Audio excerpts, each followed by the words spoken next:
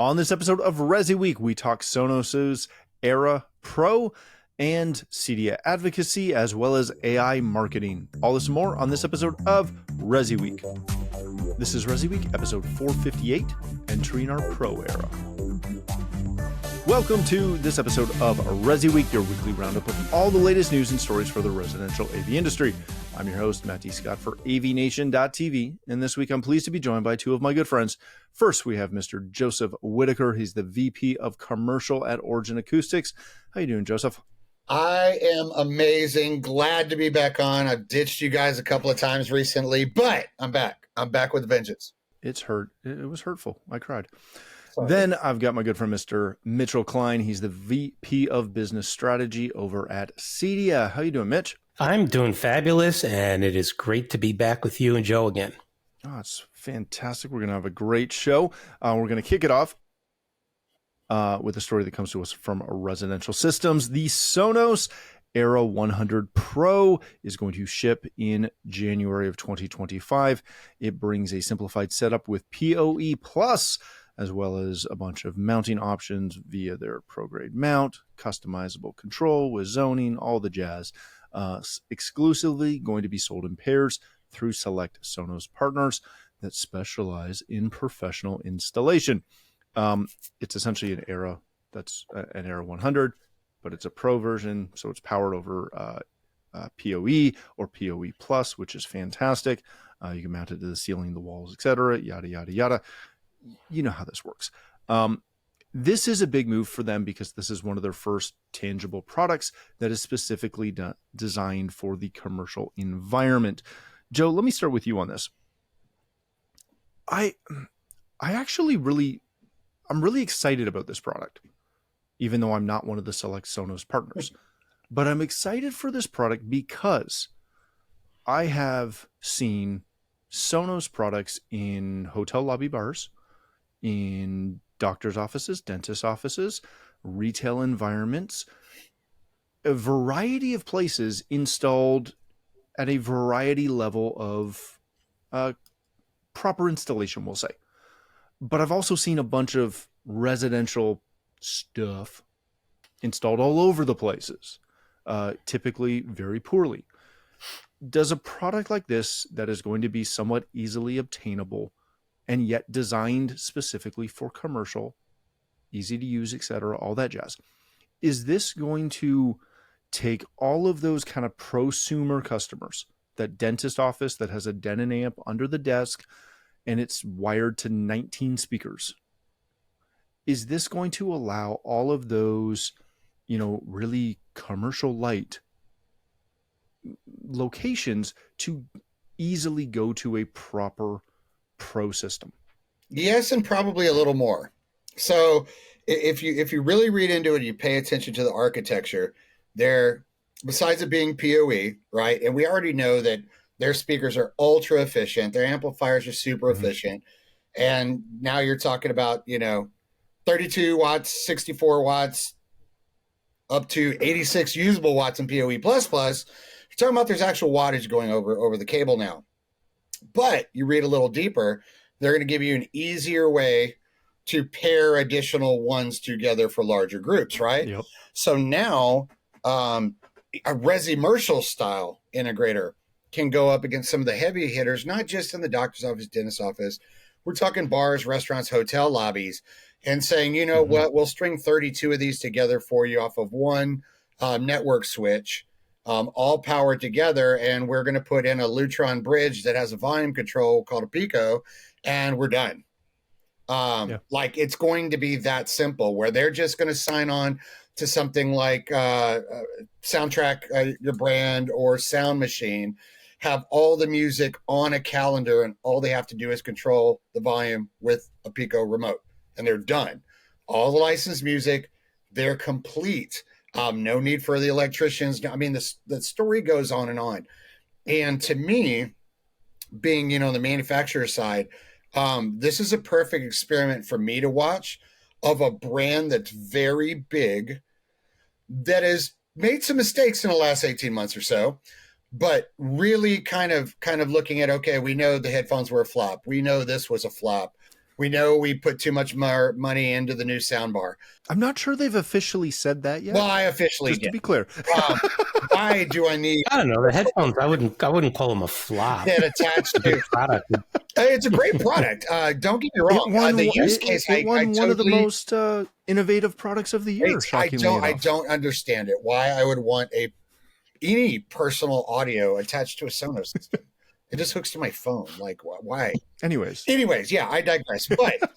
But now, they're still willing to take those chances, which to me is very, very impressive, right? They're still willing to break down some barriers. And for them to do it and all of like us guys to watch and go, okay, before we pull the trigger on anything, let's see how this pans out, because I do love this idea. I really like this concept. I would hope that they expand upon it a little more. And I'm willing to bet you're going to be able to add some wireless subwoofers to this and all the other Sonos magic that comes along with it. So I honestly really like this idea. Like I am, you know me, Matt, I've had a long back and forth up and down with Sonos for many, many years. I have to give them big this for this one. Like this one, I really like. This is a great idea for them. It looks fantastic. I'm waiting and their to new see mounting system. Big thumbs up. I'm waiting to see who the first person is who uses these as rear channels, because they'll also be perfect. And the latency will go even smaller than the almost non-existent latency Sonos has. Yeah, you got it, Mitch. Is this going to, from an industry standpoint, is this going to open the door to acceptance of PoE speakers? Because they have existed in the past. I'm waiting for more and more to come down the pipeline, but this seems like the perfect experiment or market test to say, hey, we can make a PoE speaker that is affordable and sounds amazing. And I'm guesstimating that it will sound amazing, but it's a Sonos, like it's going to sound pretty decent. Is this going to be kind of the benchmark that shows other manufacturers that, hey, you should be looking at doing some PoE? Yeah. Well, first of all, yes, I'm sure they're going to sound good. I mean, we've all been using Sonos, and I'm sure they sound good enough, but probably a little better than good enough. Yep.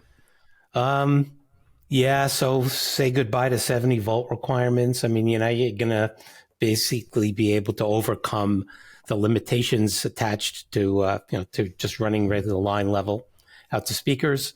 And yeah, absolutely. I think this is a great idea. It's been tried before, and I think it's a technology that our industry's sort of shied away from. Not sure why, but now that we're aware of the capability, I mean, my God, I'm trying to remember some of the names, some of the companies.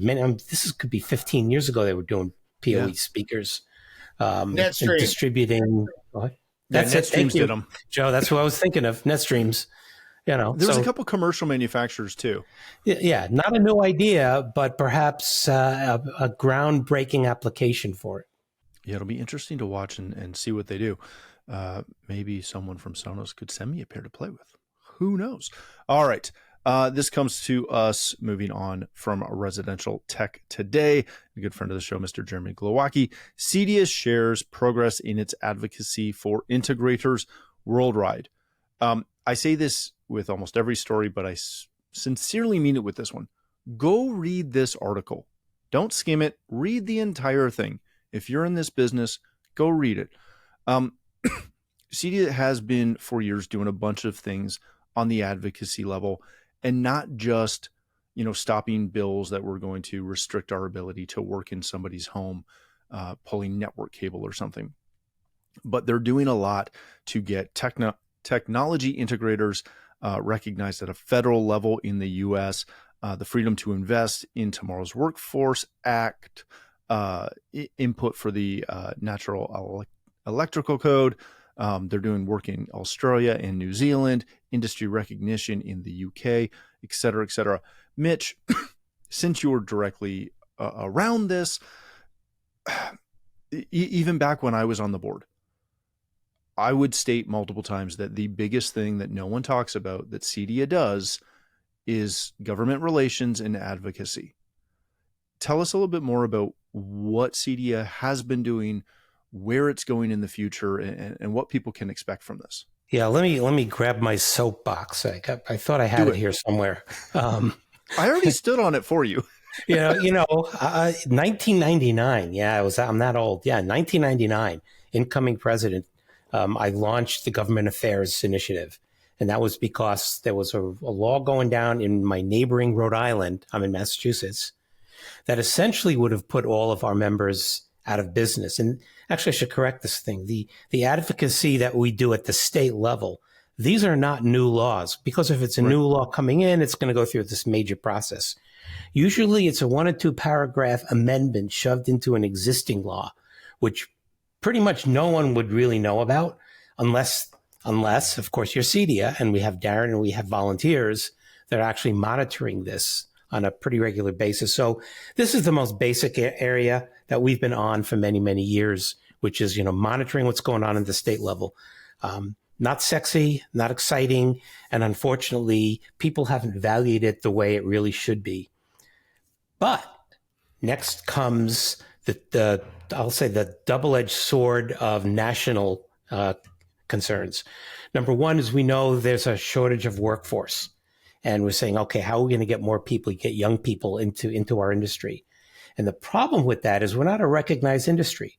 The three-legged stool, we got to recognize by government, we got to be recognized by the consumer, and then we also have to be recognized by our adjacent trades.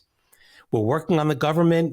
We had a government advocacy day in March, whereby our members made appointments and basically stormed the U.S. government, meeting with all of the staffers, which, by the way, it's the staffers you want to meet with, not the actual legislators, because the staffers are the ones that say, here, vote for this. Right.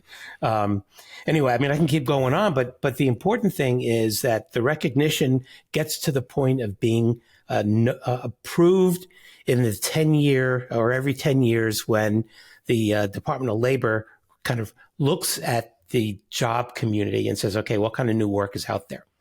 And as of right now, depending on where you are, who your insurance company is, you're a telephone worker, telephone repairman, you're climbing poles, or you're an electrician or an electrician's apprentice, none of which describe what we do and also jack up the insurance rates. Yeah. And of course, doesn't give visibility into our careers. So we're really pushing hard. We're looking for more and more volunteers to help with this communication, to get the Department of Labor to acknowledge that, I guess what we're calling a technology integrator is actually a real job, which will A, drop your insurance rates, but B, at the same time, be able to establish a workforce. So now you can go into tech schools, high schools, trade schools, colleges, whatever, whatever it's appropriate, and be able to start training people at much younger ages that this is a viable career, just like being a plumber is. And we're making good progress on that, but we always need volunteers stepping up for it. Yeah, it's a great point. We are a computer repair store. You are. Is our insurance classification. It was either that or an electronics store that does not install. Very interesting. Yep. Just let me toss one more thought out there, because, I mentioned insurance. And by the way, if you're a CEDIA member and you're watching this, you obviously have insurance. You need to check with the CEDIA's insurance package. We don't get any benefit out of it, but you do. I can tell you, meeting with the team that does this insurance, they're saving companies tens of thousands of dollars per year on their insurance. Now, imagine what will happen once we actually get that Department of Labor designation. Is that U.S. only, Mitch, still? Yeah, unfortunately, it's U.S. only right now. Uh-huh. Come on in. The weather's fine. Yeah. Join the list of people recruiting me. How about that? Yeah, I was just talking to Matt about that the other day. Yep. Joey, how do we go about marketing this message to current members and prospective members? Because everybody talks ROI with their membership, and this is the real ROI, in my opinion. This is the big benefit of you joining and supporting the org, is the advocacy side. Well, first, before I jump on that, I'm going to double down on what Mitch just said, in that when we had our company, when I had mine, you only had two choices in the insurance or any other of those type of categories. You were telco, you were electrician, or you were security. So you're playing with really hot electricity, or you're in life safety devices, which both of those jack your contractor insurance way up. So he's entirely right. So by backing this, you may see an ROI down the road just on the insurance, just on those type of things. But the problem has always been it's not necessarily that they don't understand, which Darren has been a one-man band for a while. He's not really anymore. Marketing didn't really know how to, properly take that message forward. But the problem is this is like unrealized capital gains, right? You know you made some money, but you don't see the money. That's what government affairs is. It's not an immediate ROI to your pocket. You don't see it on a day. It's not the 75 cents I want to save on a gallon of milk. It's an entirely different story. It's an intangible ROI, but it covers many, many different bases, not just in cost savings on things like insurance, but, you look at certain areas of the United States where unionized electricians are required. You have to have these certifications. My area is a perfect example because there's a difference between out of county, in county in St. Louis and in city of St. Louis, where a CEDIA guy would have to go to City Hall and actually get a smaller mini version of an electrician's license to actually be able to pull low voltage cable. It's me and Matt, you actually have agreed with me on this in the past. This is in government affairs. You start city, you go state, then you go federal. Well, the magical people at CEDIA figured out a way to do that in Indiana and Indianapolis already. Those two kind of got done. So now it's national. But on the ROI, it's the fact that all the other doors it opens up after, taking advantage of the government programs to educate your staff on the government's dollar, to educate yourself on the government's dollar. All of that money that's available to electricians unions, plumbers unions, carpenters unions, they're not currently available to CEDIA because CEDIA first has to have an occupancy name. They have to have an occupation name, right? And from there, it can go into all the other programs, which a couple of them were actually mentioned in this article. I cross my fingers for all the people that are out there still integrating that we do see this growth, because the first one, Matt, you were still on the board when entry-level training programs started. And then it got, accredited by the state of Indiana. It's that growth. You will see the reward, but number one, you have to be a member. Number two, you have to help. Like you have to help. It's not going to get done on its own. Yeah, that's a fantastic point. So if you currently don't volunteer and you need a spot to, connect with Darren. You can reach out to me. I'll put you in touch with Darren, whichever group. But literally call anybody; they'll help you. The biggest ROI you can get on this is keeping your job in your company. Yes, when things change, as they do often in government. Mitch mentioned the 1991. I had my company in Texas when the Texas one happened. I remember that, Mitch. It was like if the law would have passed, no integrator could put an IP camera in the entire state of Texas. You better believe I was on the footsteps of the Capitol in Austin when that was going down with Bill Scare and many others. And it happens. And that's what the advocacy group is all about, is about stopping that. And everybody knows our company's massively involved in that. Nick was with you guys in Washington, and our actually House attorney is on the working group with Darren. Yeah, fantastic. All right, gentlemen, let's hit our last story of the day. Excuse me. This comes to us from CE Pro. It's a opinion piece from David Chance. AI is a great tool to boost smart home sales. You just need to know where to use it. Go read through the article. He's talking about using, first he explains how to engineer your prompts to try and get the desired outcomes that you're doing when you're using AI. And then he gets into some of the benefits as far as streamlining your time and your processes, filling in some skills gaps as far as SEO writing, graphic design, video production, and possibly as far as even making a virtual showroom for your company, and then lays out a roadmap for getting started. Joe, let me start with you on this, and then we'll come to Mitch. I love AI. I also love to rag on AI. But personally, I use it in both of my companies almost daily in some way, shape, or form. My concern when I read articles like this is it paints a very glossy picture that you can jump into AI and create a bunch of usable things, whether it's SEO, whether it's content, whether it's graphics, that it's not that hard, when in our reality, it is quite challenging to get something that doesn't look like AI. We've always had a marketing issue in our industry. I get concerned that dealers are going to jump into AI and then get frustrated and do even less. Is that a valid concern, or do they just need to play with it? They need to play with it. I mean, it is a valid concern, but they also need to play with it because, people are thinking because it's AI, I can talk to it like a person, right? In the way you're typing, you can't, right? You've got to phrase things specific. You have to be very detailed, very precise to actually get what you want, out of it, whether it be, write me a marketing bulletin, write me an email signature even, right? You have to be really, really, really detailed or you're not going to get much out of it, especially on the art and the images side. And one of the biggest arguments out there is about people claiming, AI work as their own, whether it be, a podcast script or a blog or whatever. And I are on the side to say, who cares? You guys have been using crowdsourcing for years. This is just crowdsourcing a computer instead of a person. It is no difference at all. You just have to be much more specific because it is AI. And in current AI, it is not necessarily creative.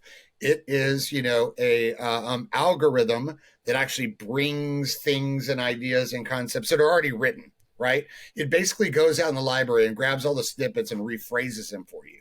So you have to be specific in what you want, or which I've done intentionally at AI, is let's make AI come up with just something out insane that doesn't make any sense. But you can get really, really good with it. I've had it do patent templates for me, right? Give me a patent template that has to do with electrical and X and X and X and X, and then take that and convert it into a real one. So you can do it, but you're right. You have to play with it. You have to understand it. You have to figure out where the fit, because there are fail points in it for sure. And I'm sure you've ran into that, Matt. And you have to figure out those. And then what you can actually output. I mean, I've paid marketing people before. I can get better output in 20 seconds than something I hired a marketing person to do for 6 months. So you can do it. I think all integrators, integration companies could do it, because we know that 80% of our CEDIA members are what? They're small companies. A lot of one-man bands when it comes to back of the office. This takes some of that stress off of them. I mean, you could do everything like you said, from SEO to doing a financial template, to doing a business plan, to doing a marketing execution strategy plan. You can do all these and still be that one-man band and basically have 8 other staff members that are a lot faster and a lot more intricate than somebody that you would typically hire.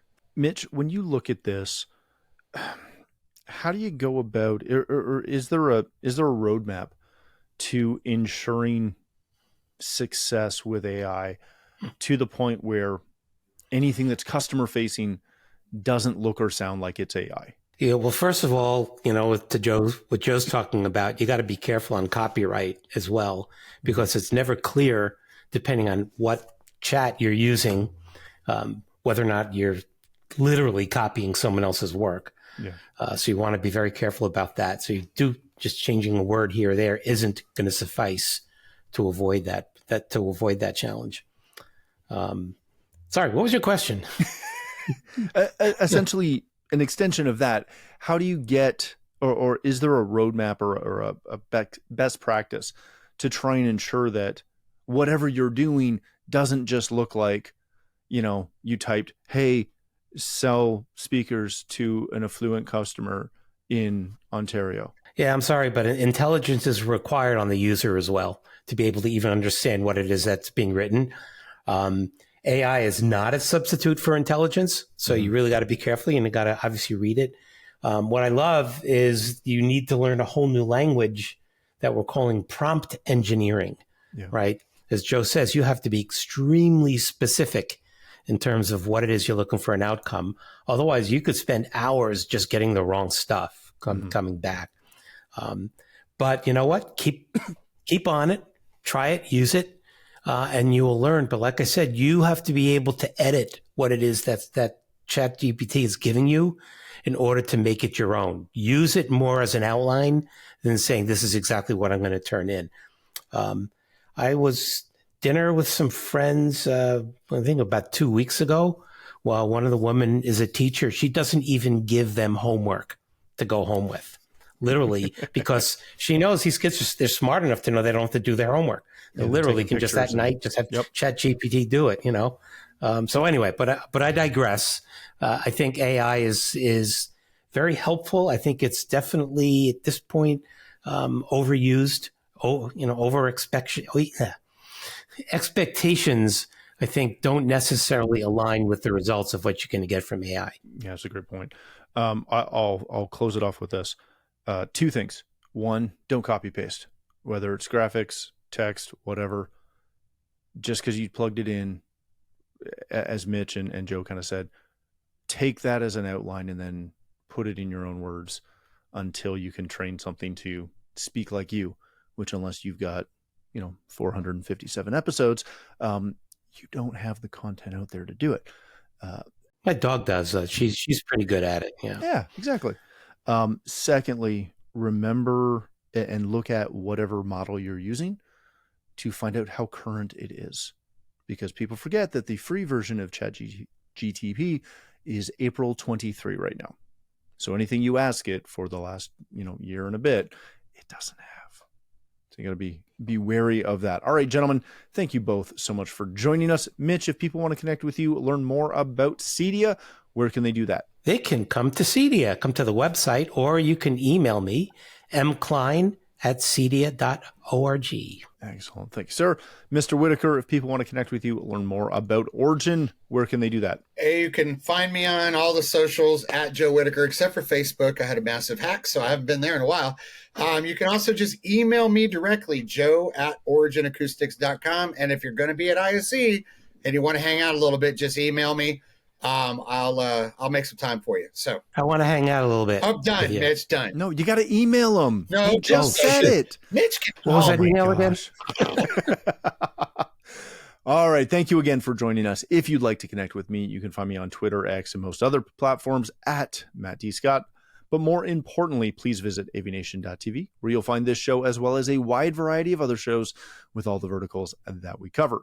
When you visit the website, please take a moment to check out our supporters.